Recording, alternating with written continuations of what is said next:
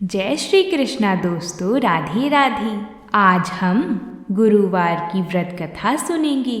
ऐसा माना जाता है कि जो कोई भी भक्त इस दिन व्रत रखते हैं उनकी समस्त इच्छाएं पूर्ण होती हैं और बृहस्पति महाराज प्रसन्न होते हैं। धन, विदा, पुत्र तथा मनोवांछित फल की प्राप्ति होती है। परिवार में सुख तथा शांति रहती है। आइए अब हम बृहस्पतिवार की व्रत कथा को प्रारंभ करते हैं। प्राचीन समय की बात है। एक बड़ा प्रतापी तथा दानी राजा रहता था। वह प्रत्येक गुरुवार को व्रत रखता था एवं पुण्य करता था। यह उसकी रानी को अच्छा नहीं लगता था। ना वह व्रत करती और ना ही किसी को एक पैसा दान में देती। राजा को भी ऐसा करने से मना किया करती थी। एक समय की बात है कि राजा शिकार खेलने वन को चले गए। घर पर रानी और दासी थी। उस समय गुरु बृहस्पति देव साधु का रूप धारण कर राजा के दरवाजे पर भिक्षा मांगने आए। साधु ने रानी से भिक्षा मांगी तो वो कहने लगी, हे साधु महाराज, मैं इस दान और पुण्य से तंग आ गई हूँ। आप कोई ऐसा उपाय बताएं जिससे ये सारा धन नष्ट हो जाए और मैं आराम से रह सकूं।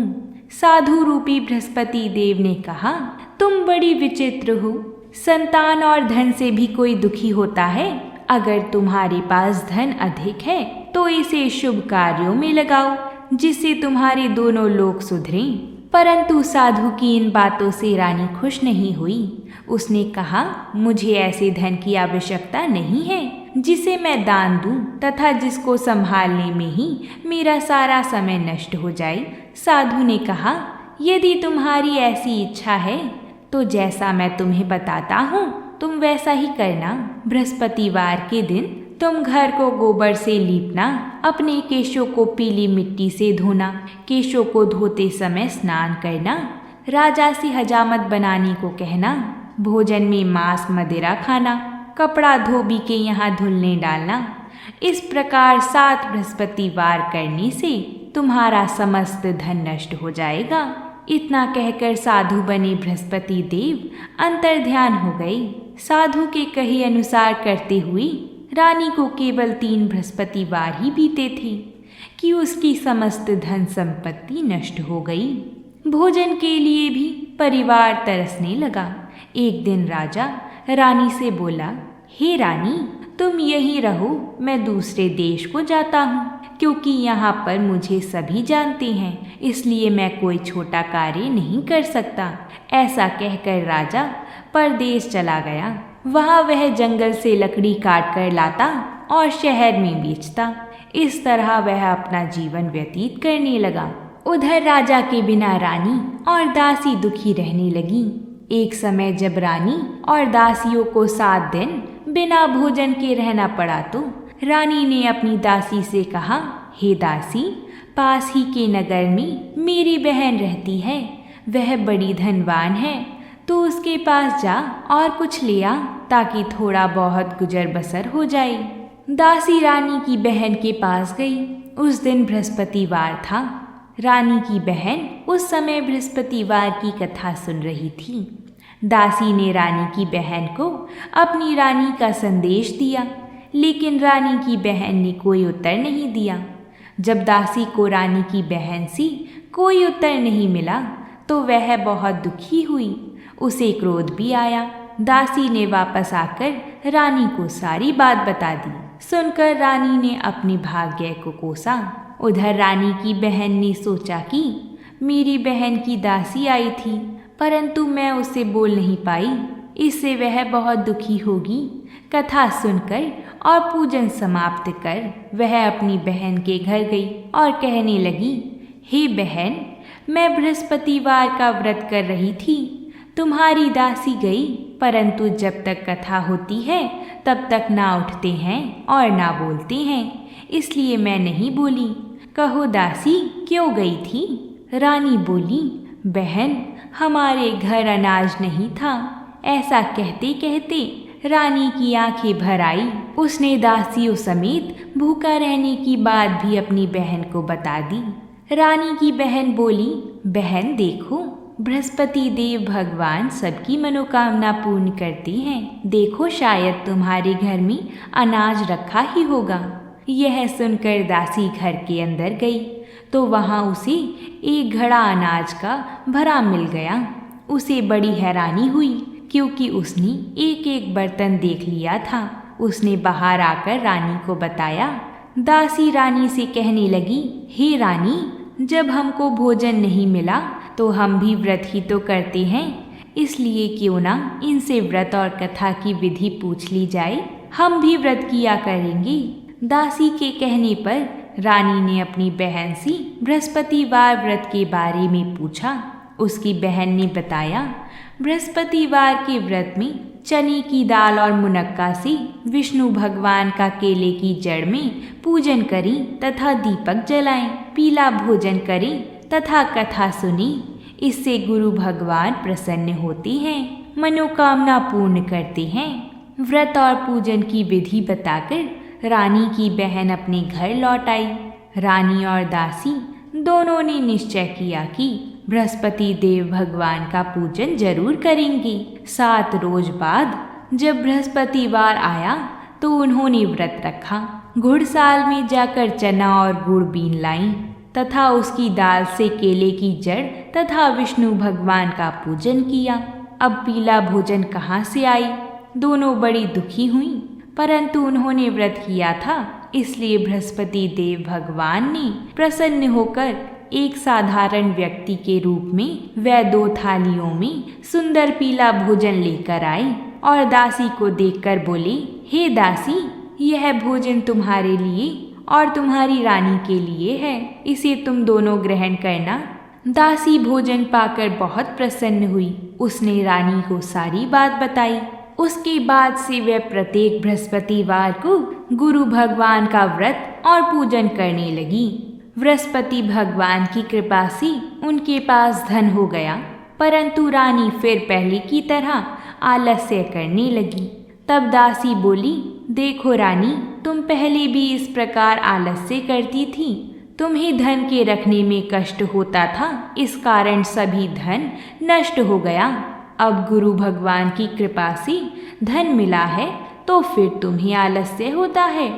बड़ी मुसीबतों के बाद हमने यह धन पाया है, इसलिए हमें दान पुण्य करना चाहिए।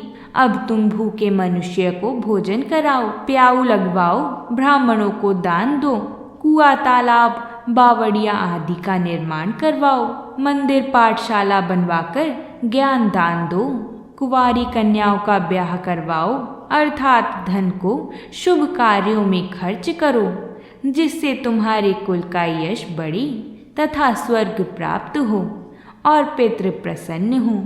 दासी की बात मानकर रानी शुभ कर्म करने लगी। उसका यश फैलने लगा। एक दिन रानी और दासी आपस में विचार करने लगी कि ना जाने राजा किस दशा में होंगे। उनकी कोई खोज खबर भी नहीं है। उन्होंने श्रद्धा पूर्वक गुरु बृहस्पति भगवान से प्रार्थना की कि राजा जहाँ कहीं भी हो शीघ्र वापस आ जाएं। उधर राजा परदेश में बहुत दुखी रहता था। वह प्रतिदिन जंगल से लकड़ी बीन कर लाता और उसे शहर में बेचकर अपने दुखी जीवन को बड़ी कठिनता से व्यतीत करता था। एक दिन दुखी होकर अपनी पुरानी बातों को याद करके वह रोने लगा और उदास हो गया। उसी समय राजा के पास बृहस्पति देव साधु के वेश में आकर बोली, हे लकड़हारी, तुम इस सुनसान जंगल में किस चिंता में बैठी हो, मुझे बतलाओ। यह सुनकर राजा के नेत्रों में जल भर आया। साधु की वंदना कर राजा ने अपनी संपूर्ण कहानी सुना दी। महात्मा दयालु होते हैं। वह राजा से बोली, हे राजा, तुम्हारी पत्नी ने बृहस्पति देव के प्रति अपराध किया था, जिसके कारण तुम्हारी यह दशा हुई। अब तुम चिंता मत करो, भगवान तुम्हें पहले से अधिक धन देंगी। देखो, तुम्हारी पत्नी ने बृहस्पतिवार का व्रत प्रारंभ कर दिया है। अब तुम भी बृहस्पतिवार का व्रत करके चने की दाल व गुड़ जल के लोटे में डालकर केले का पूजन करो, फिर कथा कहो या सुनो। भगवान तुम्हारी सब मनोकामना पूर्ण करेंगे। साधु की बात सुनकर राजा बोला, हे प्रभु, लकड़ी बेचकर तो इतना पैसा भी नहीं बचता जिससे भोजन के उपरांत कुछ बचा सकूं। मैंने रात्रि में अपनी रानी को व्याकुल देखा है। मेरे पास कोई साधन नहीं जिससे उसका समाचार जान सकूं। फिर मैं कौन सी कहानी कहूं, यह भी मुझको मालूम नहीं है। साधु ने कहा, मन में बृहस्पति भगवान के पूजन व्रत का निश्चय करो, वह स्वयं तुम्हारे लिए कोई राह बना देंगी। बृहस्पतिवार के दिन तुम रोजाना की तरह ही लकड़ियाँ लेकर शहर में जाना। तुम्हें रोज से दुगना धन मिलेगा जिससे तुम भली भांति भोजन कर लोगी तथा बृहस्पति देव की पूजा का सामान भी आ जाएगा। जो तुमने बृहस्पतिवार की कहानी के बारे में पूछा है वह इस प्रकार है, तुम इसे ध्यानपूर्वक सुनो। प्राचीन काल में एक बहुत ही निर्धन ब्राह्मण रहता था। उसके कोई संतान न थी। वह नित्य पूजा पाठ करता। उसकी स्त्री ना स्नान करती और ना किसी देवता का पूजन करती। इस कारण ब्राह्मण देवता बहुत दुखी रहते थे। भगवान की कृपा से ब्राह्मण के यहाँ एक कन्या उत्पन्न हुई। कन्या बड़ी होने लगी। प्रातः स्नान करके वह भगवान विष्णु का जप करती थी। ऐसी ही वह बृहस्पतिवार का व्रत भी करने लगी। पूजा पाठ समाप्त करके पाठशाला जाती तो अपनी मुट्ठी में जौ भर के ले जाती और पाठशाला के मार्ग में डालती जाती। लौटते समय वही जौ स्वर्ण के हो जाती तो उनको बीन कर घर ले आती थी। एक दिन वह बालिका सूप में उन सोने के जौ को फटक कर साफ कर रही थी कि तभी उसकी माँ ने देख लिया और कहा कि हे बेटी, सोने के जौ को फटकने के लिए सोने का ही सूप होना चाहिए। दूसरे दिन गुरुवार था। कन्या ने व्रत रखा और बृहस्पति देव से सोने का सूप देने की प्रार्थना की। बृहस्पति देव ने उसकी प्रार्थना स्वीकार कर ली। रोजाना की तरह वह कन्या जौ फैलाती हुई पाठशाला से लौटकर जब वह जौ बीन रही थी तो बृहस्पति देव की कृपा से उसे सोने का सूप भी मिला।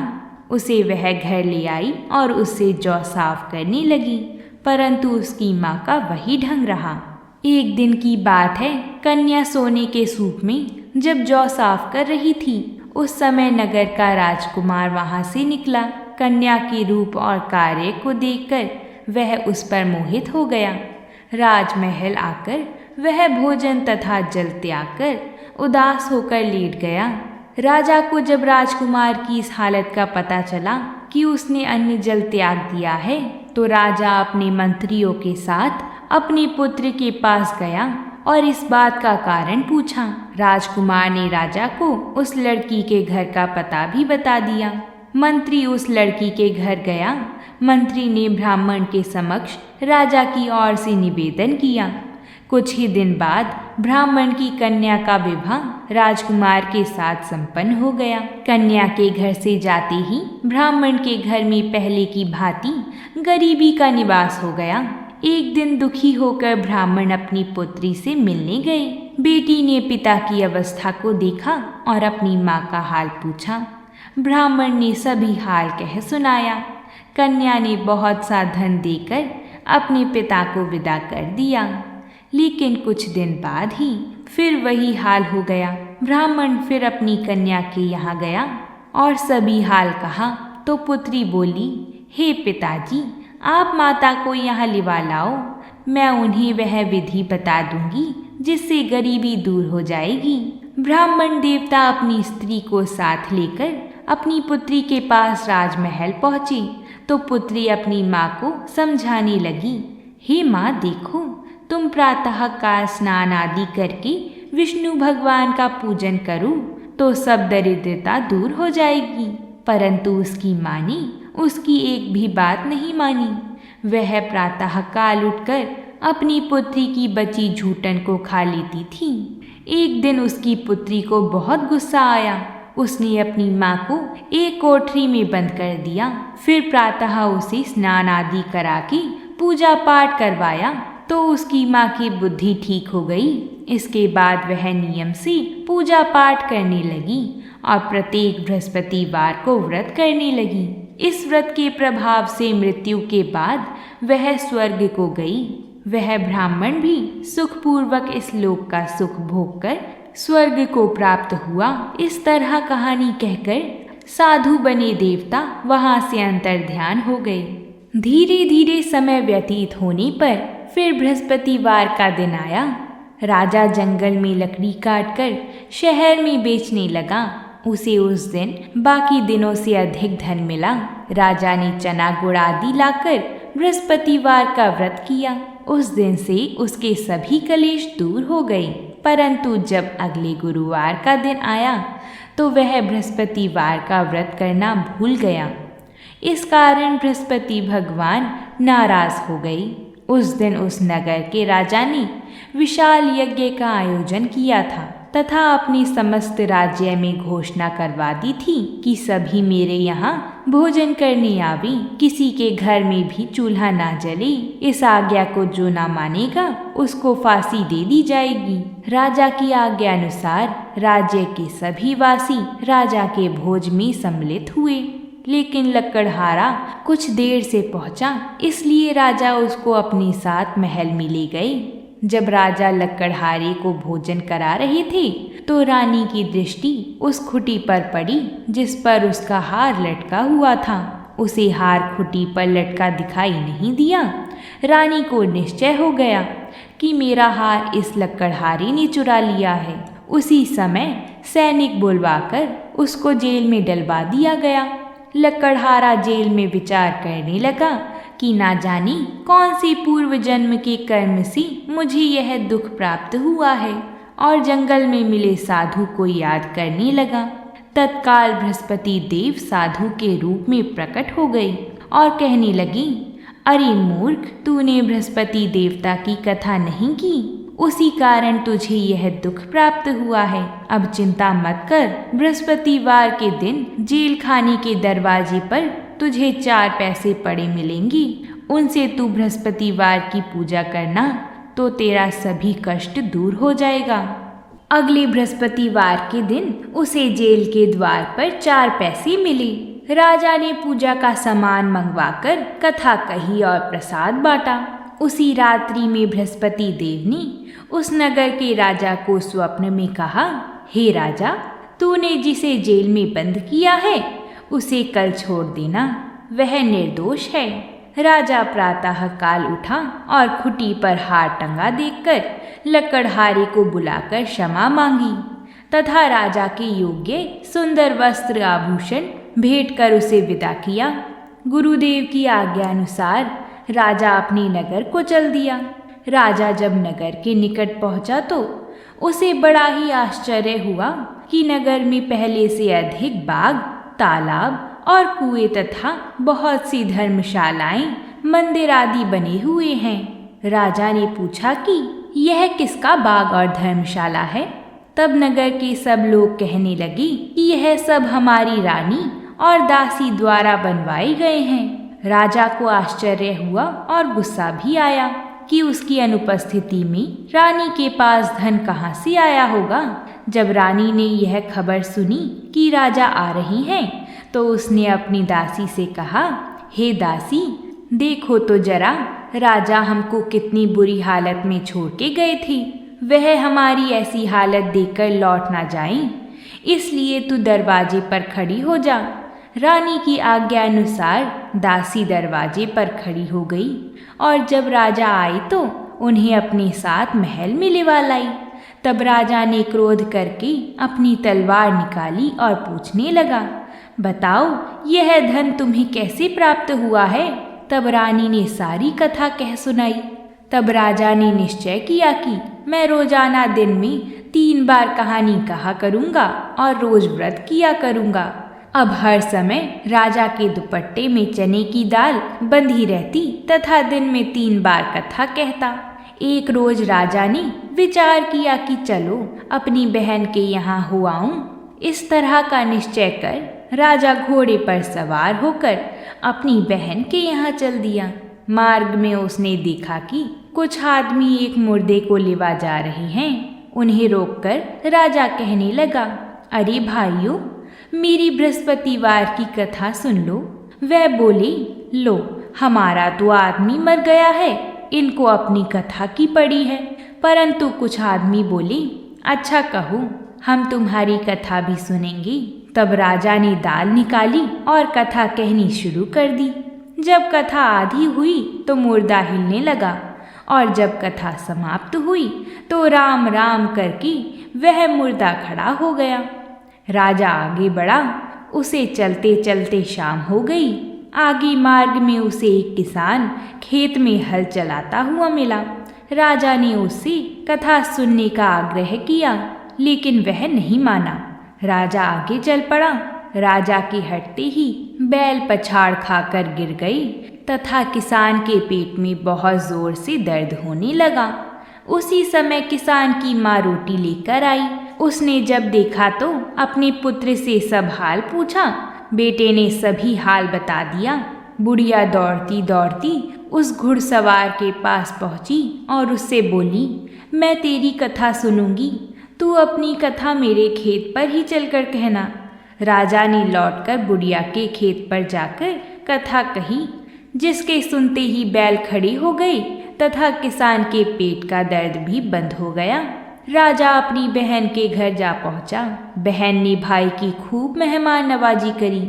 दूसरे रोज प्रातःकाल राजा जागा तो वह देखने लगा कि यहाँ सब लोग भोजन कर रहे हैं। राजा ने अपनी बहन से जब पूछा, ऐसा कोई मनुष्य है जिसने भोजन नहीं किया हो, जो मेरी बृहस्पतिवार की कथा सुन ले? बहन बोली, हे भैया, यह देश ऐसा ही है। यहाँ लोग पहले भोजन करते हैं, बाद में कोई अन्य काम करते हैं। फिर वह कुम्हार के घर गई जिसका लड़का बीमार था। उसे मालूम हुआ कि उसके यहाँ 3 दिन से किसी ने भी भोजन नहीं किया है। रानी ने अपने भाई की कथा सुनने के लिए कुम्हार से कहा।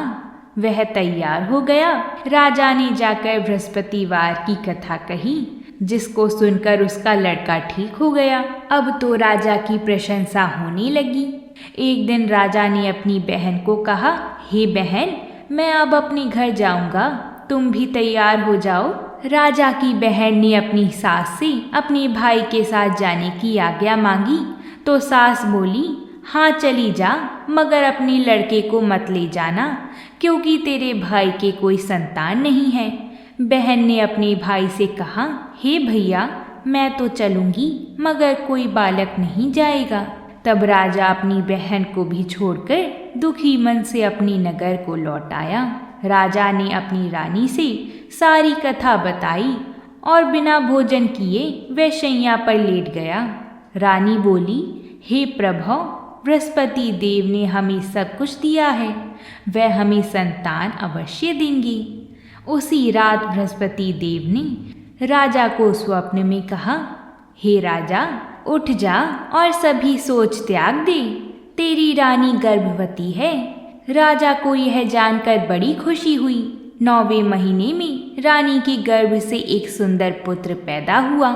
तब राजा बोला, हे रानी, स्त्री बिना भोजन के रह सकती है, परंतु बिना कहे नहीं रह सकती। जब मेरी बहन आएगी तो तुम उससे कुछ मत कहना। रानी ने हाँ कर दी। जब राजा की बहन ने यह शुभ समाचार सुना तो वह बहुत खुश हुई तथा बधाई लेकर अपने भाई के यहाँ आई। रानी ने तब उसे आने का उल्हाना दिया। जब भाई अपने साथ ला रहे थे तब टाल गई, उनके साथ ना आई और आज अपने आप ही भागी भागी बिना बुलाए आ गई। तो राजा की बहन बोली, भाई, मैं इस प्रकार ना कहती तो तुम्हारे घर औलाद कैसे होती?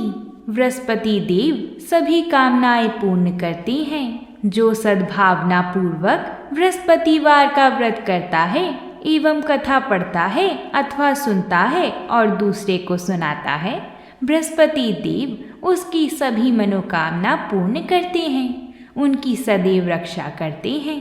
जो संसार में सद्भावना से गुरुदेव का पूजन एवं व्रत सच्चे हृदय से करते हैं, उनकी सभी मनोकामना वैसे ही पूर्ण होती हैं जैसे सच्ची भावना से रानी और राजा ने बृहस्पति देव की कथा का गुणगान किया। तो उनकी सभी इच्छाएं बृहस्पति देव जी ने पूर्ण की। अनजाने में भी बृहस्पति देव की उपेक्षा ना करें। ऐसा करने से सुख शांति नष्ट हो जाती है। इसलिए सबको कथा सुनने के बाद प्रसाद लेकर ही जाना चाहिए। हृदय से उनका मनन करते हुए जयकारा बोलना चाहिए। बृहस्पति देव जी की जय हो। अगर आप सभी को ये कथा अच्छी लगी है तो वीडियो को लाइक और चैनल को सब्सक्राइब जरूर करिएगा। और आप अगली कथा कौन सी सुनना चाहते हैं ये हमें कमेंट बॉक्स में लिखकर ज़रूर बताइएगा। हम अपना पूरा प्रयास करेंगे कि आप सभी की कथाएं हम समय अनुसार ला सकें। साथ ही हमें इतना प्रेम और सहयोग देने के लिए आप सभी को बहुत बहुत धन्यवाद। प्रेम से बोलिए जय श्री कृष्णा।